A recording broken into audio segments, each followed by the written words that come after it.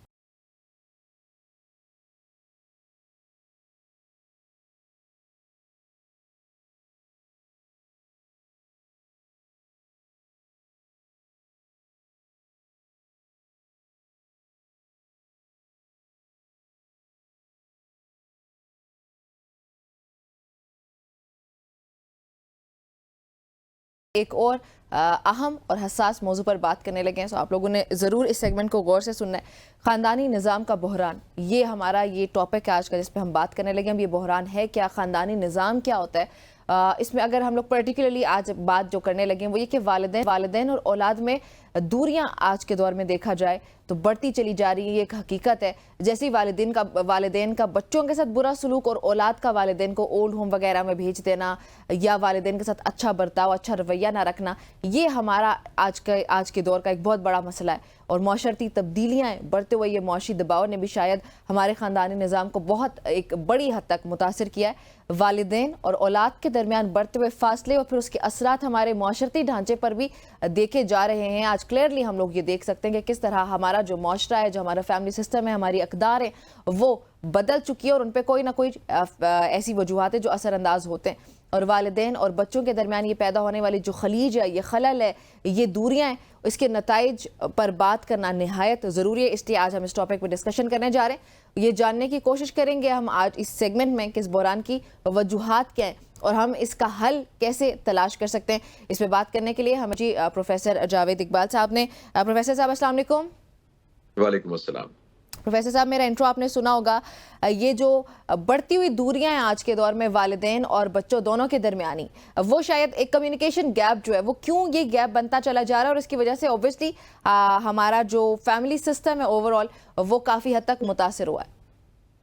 جی بالکل آپ نے صحیح کہا. دیکھیے خاندان کی بقا کے لیے جو اہم چیز ہے وہ رشتے ہیں، اور رشتے وقت مانگتے ہیں، توجہ مانگتے ہیں، قربانی مانگتے ہیں. جب ہم اپنی تمدن اور اپنی تہذیب کو چھوڑ کر بغیر کسی سوچو بچار کے ہم کوئی اور تہذیب اڈاپٹ کرنے کی کوشش کریں گے، میں یہ نہیں کہہ رہا کہ جو ویسٹرن تہذیب ہے وہ بری تہذیب ہے، لیکن ہر تہذیب کے اپنے تقاضے اور ان کی اپنی ایک بنت ہوتی ہے. تو ہم اس وقت اس وقت آدھا بٹیر کی فیز میں ہیں، جس میں ہم اپنے لائف سٹائل کو ویسٹرن کرنا چاہتے ہیں، مگر جو اس لائف سٹائل کے ساتھ ایسوسیٹڈ کماتے ہیں ان کو ایکسیپٹ کرنے کو تیار نہیں ہیں. خاندانی نظام ویسٹ میں بہت عرصہ ہوا بالکل ختم ہو گیا ہے، اور اس کو کچھ برا بھی نہیں سمجھا جا رہا. ان کی تہذیب اور تمدن میں اگر بوڑھے لوگ اولڈ ہوم میں رہیں گے تو بوڑھے لوگ بھی اولڈ ہوم میں رہنا پسند کرتے ہیں. اولاد بھی انڈیپینڈنٹ ہو کے اپنا وقت گزارنا چاہتی ہے، کیونکہ ان کے تہذیبی تقاضے یہاں سے مختلف ہیں. ہم اپنے لائف سٹائل کو تو ویسے کرنا چاہتے ہیں. اب ابا بھی کام پہ جاتے ہیں، امی بھی کام پہ جاتی ہیں، اور جو ہمارا خاندانی نظام تھا جس میں دادا دادی اکٹھے رہتے تھے، جوائنٹ فیملی سسٹم، وہ بھی ختم ہو گیا. میں یہ نہیں کہہ رہا کہ وہ صحیح تھا یا غلط تھا، وہ ایک الگ بحث ہے.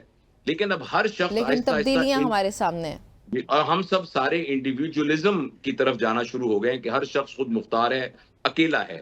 ویسٹ میں یہ بہت عرصے سے چل رہا ہے، اور انہوں نے اکارڈنگلی اپنے آپ کو ایڈجسٹ بھی کیا ہے. ان کا جو سوشل سپورٹ کا سسٹم ہے وہ بھی ان کو فیور کرتا ہے. وہ جو بوڑھے لوگ اولڈ ہوم میں رہتے ہیں وہ بالکل بے آسرا نہیں پڑے ہوتے، بلکہ اس کو اسٹیٹ سنبھال رہی ہوتی ہے. تو ہمارے ہاں ہم نے اب ابا بھی کام پہ جاتے ہیں، امی بھی کام پہ جاتے ہیں، سب لوگ کام پہ جاتے ہیں، تو وہ بچوں پہ توجہ کیسے دے سکیں گے؟ وہ بانڈ کیسے بن سکے گا؟ اور ہم یہ سمجھ رہے ہیں کہ ہم چونکہ پیسے اکٹھے کرنے کی کوشش میں لگے ہوئے ہیں، تو وہ جو پیسوں سے ہم چیزیں لے کے دیں گے اپنے بچوں کو، مثلا موبائل فون، مثلا گاڑیاں، مثلا گھڑیاں، مثلا لیپ ٹاپس، اور گھر کے اندر اے سی اور یہ سب چیزیں، تو ایسا کرنے سے ہم اظہار کریں گے اس بات کا کہ ہمارے درمیان محبت ہے. لیکن محبت کے لیے جو وقت چاہیے ہوتا، جو اکٹھے بیٹھ کے لوڈو کھیلنی تھی، جو اکٹھے بیٹھ کے کتابیں پڑھنی تھیں، جو تتلیاں پکڑنی تھیں، اکٹھے بیٹھ کے مٹی کے گھر بنانے تھے، تو وہ تمام چیزیں ہیں جو کہ رشتوں کو مضبوط کرتی ہیں. تو اب وہ دونوں طرف آگ لگی ہوئی ہے، تو نہ وہ غزنوی میں تڑپ رہی، نہ وہ خم ہے زلف ایاز میں. تو پیرنٹنگ جو ہے وہ بہت ہی نیچے جا رہی ہے. اور بری پیرنٹنگ کا ایک آبویس نتیجہ یہ ہے کہ جو اولاد ڈیولپ ہوتی ہے ان کے درمیان بھی وہ بانڈ نہیں ہوتا.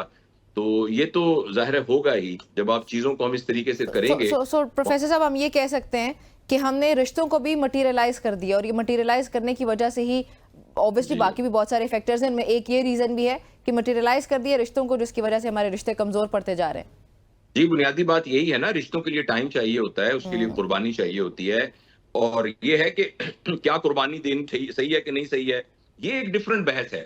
تو لہٰذا یہ جو کچھ ہو رہا ہے صحیح ہو رہا ہے یا نہیں ہو رہا، اس کے بارے میں بھی بحث کی جا سکتی ہے. لیکن یہ کہ ہمیں تکلیف اس لیے ہو رہی ہے کہ کم از کم میں اس تہذیب کو بھی میں نے دیکھا ہوا ہے کہ جس تہذیب کے اندر یہ سارا خاندانی نظام انٹیکٹ تھا، اور اب میں اس والے اس کو بھی دیکھ رہا ہوں. اس لیے مجھے تکلیف ہو رہی ہے. لیکن ہو سکتا ہے 20 سال کے بعد یہ نارم بن جائے، بالکل جیسے ویسٹ میں نارم ہے. 18 سال کا لڑکا اگر گھر میں رہے گا تو سب لوگ پوچھیں گے یہ گھر میں کیوں رہتا ہے اکیلا. اور اگر بچے جو ہیں، کوئی بچی جو ہے اپنے والدین کے ساتھ رہتی ہے، تو وہ لوگ حیران ہوں گے کہ بھئی تو کیا وجہ ہے، کیا پرابلم ہے، تم اکیلی کیوں نہیں رہتی ہو. تو ہو سکتا ہے 20 سال کے بعد ہم بھی اسی طریقے سے ہو جائیں جب یہ چیزیں نارم بن جائیں ساری. اب صحیح کیا ہے غلط کیا ہے اس کا فیصلہ ہم خود اپنے اندر جو ہمارا سچ ہے، ہماری ایتھکس، موریلٹی ہے، یا جو بھی ہمارا کریکٹر کا سٹینڈرڈ ہے، اس کے ذریعے سے اچھے برے کا فیصلہ ہم خود کر سکتے ہیں. مگر انفارچونیٹلی یہ جو حالات ہیں بظاہر دیکھنے میں یہ رکنے کا نام نہیں لے رہے، اور یہ ڈیٹیریوریٹ ہوں گے فردر. اچھا، یہ جو ویسٹرنائزیشن یا پھر جو ہم ویسٹرنائز ہو رہے ہیں، اس کی آپ نے جو بات کی ہے، اس میں کیا کوئی اعتدال رکھنے کی ہمیں ضرورت ہے کہ جیسے آپ نے بتایا کہ آئیڈینٹی ہم نے اپنی لوز کر دیا, وہ آئیڈینٹی لوز اس لیے کی ہے کہ وہ ہم آدھے تیتر آدھے بٹیر جیسی شکل اختیار کر چکے ہیں, تو اس میں کیا کہیں ہمیں کوئی اعتدال رکھنے کی ضرورت ہے کہ یہ چیزیں اگر ہم ایکسیپٹ کر رہے ہیں تو اس کے ساتھ اس کے آنے والے کانسیکوینسز کو بھی ایکسیپٹ کرنا چاہیے یا پھر اس کو چھوڑ دینا چاہیے؟ دیکھیے بات یہ ہے کہ کوئی بھی درخت جو ہے وہ پھلدار تب بنتا ہے جو اپنی جڑوں کے ساتھ قائم رہتا ہے. ٹرو. کہہ رہا کہ ویسٹ پروفیسر صاحب اگر اس کے اندر کہ وہ بہت بری ہے. اچھا پروفیسر صاحب ہم آپ کو ریکنیکٹ کرتے ہیں, کچھ آڈیو کا ایشو آ رہا ہے. اچھا یہ بہت ہی خوبصورت بات ہے جو میں نے ان کا ایک ہی سینٹینس سنا ہے کہ کوئی بھی درخت پھلتا پھولتا وہ اس کے اندر جان تب تک رہتی ہے یا پھل تب تک ہوتا ہے جب وہ اپنے جڑوں کے ساتھ جڑا ہو. پروفیسر صاحب ہمیں پھر سے جوائن کر چکے ہیں, پروفیسر صاحب کنٹینیو کیجیے گا. جی بس میں یہ کہہ رہا تھا کہ کوئی بھی یہ نہیں کہہ رہا کہ وہاں کی تہذیب غلط ہے, تو کم از کم میں تو یہ بات نہیں کہہ رہا, لیکن ہر تہذیب کے ایک اپنے کانٹیکسٹ ہوتا ہے. اس کانٹیکسٹ کے اندر, اس جغرافیائی حالات کے اندر, اس تمدنی حالات کے اندر وہ پنپتی ہے. اچھا اب یہ ہے کہ اس تہذیب میں سے جو اچھی باتیں ہمیں سیکھنی چاہیے. پوری دنیا نے علم یونان سے سیکھا ہے اور یونان کی اس تہذیب سے سیکھا ہے. اسی طریقے سے ایک زمانے میں علم جو ہے وہ عرب سے سیکھا گیا. اچھا اسی طریقے سے کسی بھی تہذیب سے جو اچھی چیزیں ملتی ہیں, مثلاً سچ بولنا, مثلاً سوشل جو لٹریسی ہے اس کا خیال رکھنا, اخلاقیات کا برتاؤ کرنا, انصاف کا معاشرے کے اندر ہونا, اصول کا ہونا, تو یہ وہ تمام چیزیں جو وہاں سوسائٹی میں ملتی ہیں اور ہمیں ان سب کو کاپی بھی کرنا چاہیے اور فخر کے ساتھ کاپی کرنا چاہیے. لیکن یہ ہے کہ انفارچونیٹلی وہ لوگ جو عمرانیات کے اور معاشرت کے ماہر ہیں وہ کہتے ہیں کہ جب ہم کچھ بھی اڈاپٹ کرتے ہیں نا تو وہ لائک اپ پیکج آتا ہے. فرض کریں کیلے آپ تول کے لے کے آئے نا 100 روپے کے 1 کلو, تو آپ نے ایکچولی چھلکوں کے بھی پیسے دیے ہوئے ہیں, وہ بھی تول میں آئے ہیں. حالانکہ چھلکے آپ نے پھینک دیے تھے اور صرف گدا کھایا تھا, مگر آپ نے تول کے چھلکوں کے بھی پیسے دیے ہیں. تو اس لیے جب آپ ایک ایپ ڈاؤن لوڈ کریں گے نا, جو ایپ لوڈ جو وہاں برطانیہ سے بنی ہوئی ہے, امریکہ سے بنی ہوئی, تل اویو میں بنی ہوئی ہے, تو جب وہ ڈاؤن لوڈ کریں گے تو اس کے ساتھ صرف ایک سافٹ ویئر ڈاؤن نہیں کریں گے بلکہ وہ پوری ایک تہذیب بھی ڈاؤن لوڈ ہو جائے گی. یہ میں نے مثال کے طور پر ایک بات کی ہے, میں نے ایک مثال کے طور پہ بات کی ہے. تو اس لیے جب ہم وہ اس کی وجہ سے پھر یہ ہوتا ہے کہ وہ چیزیں جو ہمارے تمدن کے اندر حتیٰ کہ گناہ تک ہوتی ہیں, دیکھیں نا جرم اور گناہ میں بڑا فرق ہے, جو کہ ہمارے لیے ان ایکسیپٹیبل ہوتی ہیں, جب ہم کسی اور تہذیب کو فالو کرنا شروع کر دیتے ہیں تو وہ جو غلط باتیں بھی ہوتی ہیں وہ سماجی ایکسیپٹیبل بن جاتی ہیں. مثلاً وہ نارملائز ہو جاتی ہیں بہت زیادہ. مثلاً میں ایک مثال دیتا ہوں, ہو سکتا ہے سخت مثال ہو. مثلاً ہمارے تمدن اور معاشرت کے اندر لڑکیوں کا لڑکوں کے سامنے ناچنا یہ بہت ہی معیوب کام تھا, اور یہ کچھ لوگ تھے جن کا یہ پیشہ تھا اور ان کو معیوب سمجھا جاتا تھا. اب ہر گھر میں, ہر شادی میں بچیاں باقاعدہ ناچ رہی ہوتی ہیں اور ان کے اپنے چچا ماما تایا ان کو دیکھ رہے ہوتے ہیں. ہو سکتا ہے میری بات کسی کو یہ بہت بری لگے, لیکن آپ دیکھیے جو ہمارے تمدن کے اندر بالکل ایکسیپٹیبل بات نہیں تھی وہ اتنا نارم بن گیا ہے کہ اس کے بغیر ہماری شادی نہیں ہو رہی ہے. تو اسی طریقے سے آہستہ آہستہ تہذیب کی جو جڑیں ہیں وہ ڈسکنیکٹ ہونا شروع ہو جاتی ہیں اور وہ ہمیں محسوس ہی نہیں ہوتا. اور over the period of one generation, next generation, پھر ایسی تمدنی چیزیں آ جاتی ہیں جو کہ بالکل ہی ہم سے مختلف ہوتی ہیں. تو اس وقت میرا خیال ہے بہت رسپانسبلٹی ہے پورے امت مسلمہ کی اور پاکستان کے اندر بھی کہ ہماری جو اکیڈیمیا ہے, ہماری جو انٹیلیجنشیا ہے اور ہمارے جو تھنک ٹینکس ہیں, انفارچونیٹلی اس طرح کے تھنک ٹینکس بہت کم لوکل پر کرتے ہیں, مگر ایسے جو ہماری نیشنل پالیسیز کو گورن کریں اس طرح کے تھنک ٹینک نہیں ہیں یا ان کی توجہ کسی اور طرف ہے. لیکن بہت ضروری ہے کہ ہمارے معاشرے کے جو ذہین لوگ ہیں وہ بیٹھ کر معاشرہ کس طرف جا رہا ہے اس کی رخ کا تعین کریں اور اس کے حساب سے ایک اسٹریٹجی بنائی جائے. ہمارا میڈیا ایکچولی ہماری کسی اسٹیبلشمنٹ یا پولیٹکس یا کسی اور کے انڈر ہونے کی بجائے وہ ہمارے ان تھنک ٹینکس کے انڈر ہو جو کہ ڈائریکشن وضع کرے کہ میڈیا پہ کیا چلے گا, کتابیں کون سی لکھی جائیں گی, رسائل کس طرح کے چھپیں گے, اسکولوں میں کیا ایکٹیویٹیز ہوگی, کیریکولم کے اندر ڈیزائننگ ہم کیسے کریں گے, جس سے ہماری تہذیب میں جتنی ویسٹرن تہذیب کی اچھی چیزیں ہیں وہ بھی ساری ہم اپنے لیکن اپنی جڑوں کے ساتھ جڑے رہیں.